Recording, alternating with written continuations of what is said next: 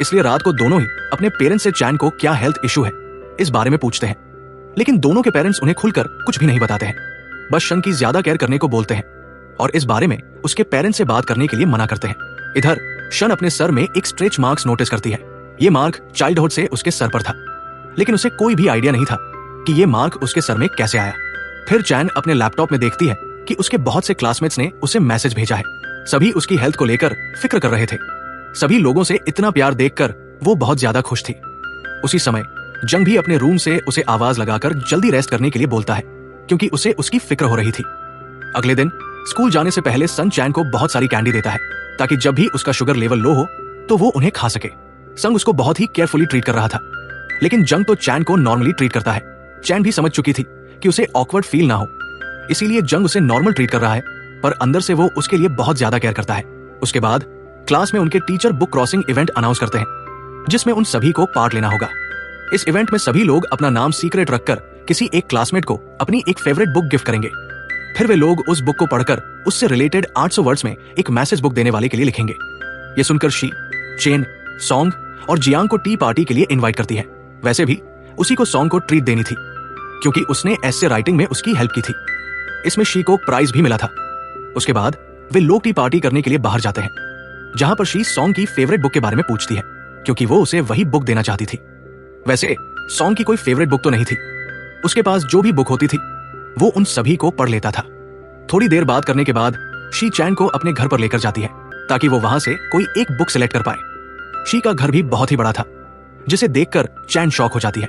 यहां तक कि शी के पास एक बड़ा सा पियानो भी था, लेकिन शी के मुताबिक उसे पियानो पसंद नहीं है। उसकी मॉम को पसंद है, इसीलिए उसे पियानो सीखना पड़ रहा है। उसे दूसरा इंस्ट्रूमेंट पसंद है जिसका नाम यूकुलेले है और वो गिटार की तरह ही दिखता है, लेकिन उसकी मॉम के हिसाब से वो रिच लोगों के स्टैंडर्ड से मैच नहीं करता। पियानो रिच लोगों में फिट होता है, इसीलिए मजबूरी में उसे सीखना पड़ रहा है। पर एक दिन वो उस इंस्ट्रूमेंट को प्ले करते हुए दुनिया घूमना चाहती है।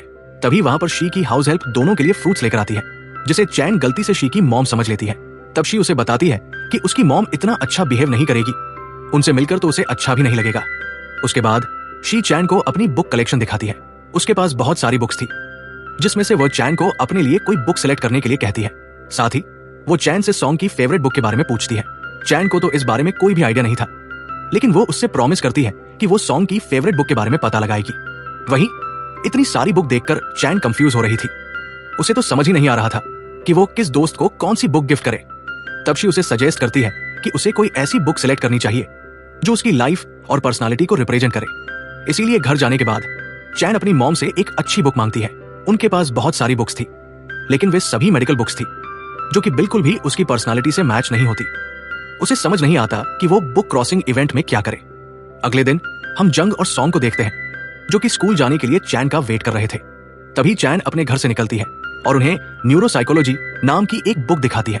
ये बुक चैन को उसकी मॉम ने दी थी बुक क्रॉसिंग इवेंट के लिए, और कहीं ना कहीं चैन इस बुक के साथ खुद को रिलेट कर पा रही थी, इसीलिए उसने उस बुक को चूज किया था।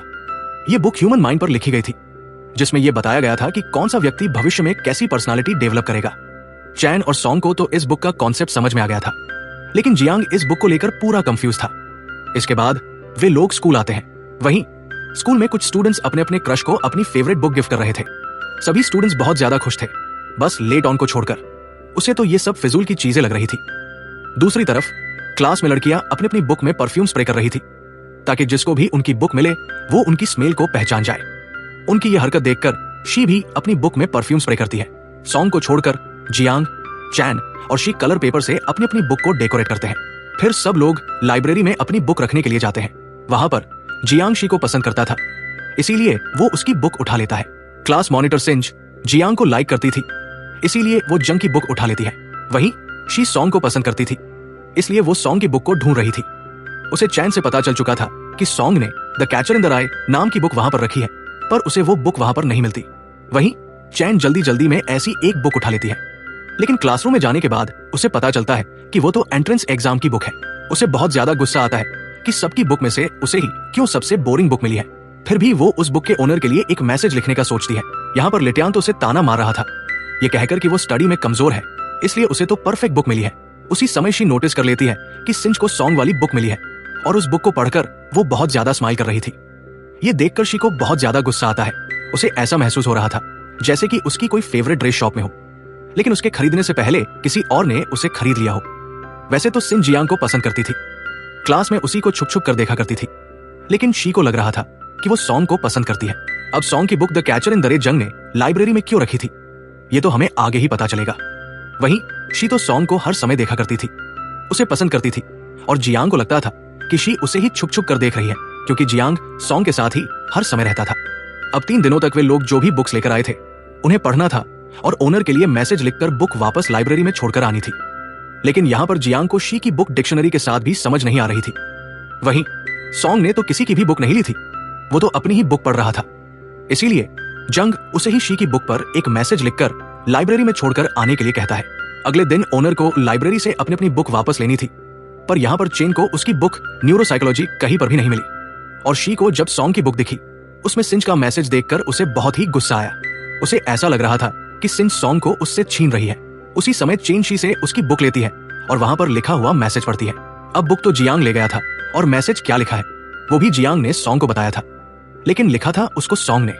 सॉन्ग की हैंडराइटिंग चेन पहचान लेती है, इसलिए शी को लगा कि उसकी बुक सॉन्ग ले गया था और मैसेज भी उसके लिए लिखा है, जिससे उसे काफी अच्छा लगता है। यहां तक कि वो चेन से कहती है कि उसका ट्यूशन टीचर उसे अच्छा नहीं पढ़ा रहा था, इसलिए उसे सॉन्ग के घर फिर से ट्यूशन पर जाना है। चेन भी इस बात से बहुत ज्यादा खुश थी, लेकिन शी की स्माइल देखकर चेन भी थोड़ा थोड़ा समझ चुकी थी कि वो सॉन्ग को पसंद करती है। उसी समय जंग चुप चुप कर शी को देख रहा था और उसे लगा कि शी उसका मैसेज पढ़कर स्माइल कर रही है। ओवल सभी दोस्त एक दूसरे की फीलिंग को लेकर पूरी तरह से कंफ्यूज थे।